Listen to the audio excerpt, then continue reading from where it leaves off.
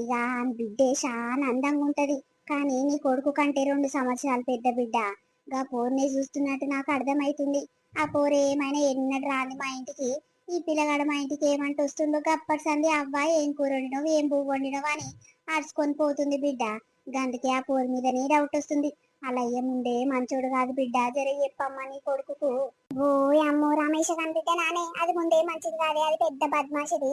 ఇక రమేష్ గాడు మంచోడో చెడ్డోడో గాని ఆమె పెళ్ళమైతే ఇంకా ఊర్లు పోతుంది. ఓ అమ్మో, దాని జోలికి పోవద్దు తల్లి. వీడు ఏమన్నా కలిసి శాతం చేసిందనుకో, అది ముందుగా ఎవరితో పంచాయతీ పెట్టుకోదు, డైరెక్ట్ పోలీస్ స్టేషన్ కి పోయి ఒక్కంత వలగొట్టిస్తుంది. అప్పుడు నా కొడుకు బతుకు నా బతుకు ఏమైతుంది? వీడు గిసొంటి శాతలు చేస్తుండు, ఎవరిని ఆగం చేస్తానుకు, ఎవరిని బదలం చేస్తానుకు, నిజంగా చూసానుకు గిట్టత లేడు కానీ గిసొంటి శాతలు ఇట్లా నేర్చిండా అనేడు. ఏమో బిడ్డ, నాకైతే ఎక్కడ అర్థమైతలేదు.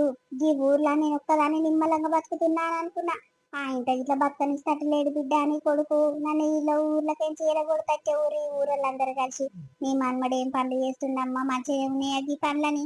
నా ఇజ్జత్ తీస్తే మన ఉంటది ఆ బిడ్డ, నా ఇజ్జతి. అయ్యో నిజంగా మనకు ఎంత మంచి పేరుండే ఊర్లా, ఈ ఇజ్జత్ తీస్తానికి వచ్చినట్టుండు. జరుండు జరుండు ఫోన్ చేసి మాట్లాడతాంతో ఏమనుకుంటుండో, ఏం కథలు పడుతుండో. 100 రూపాయలు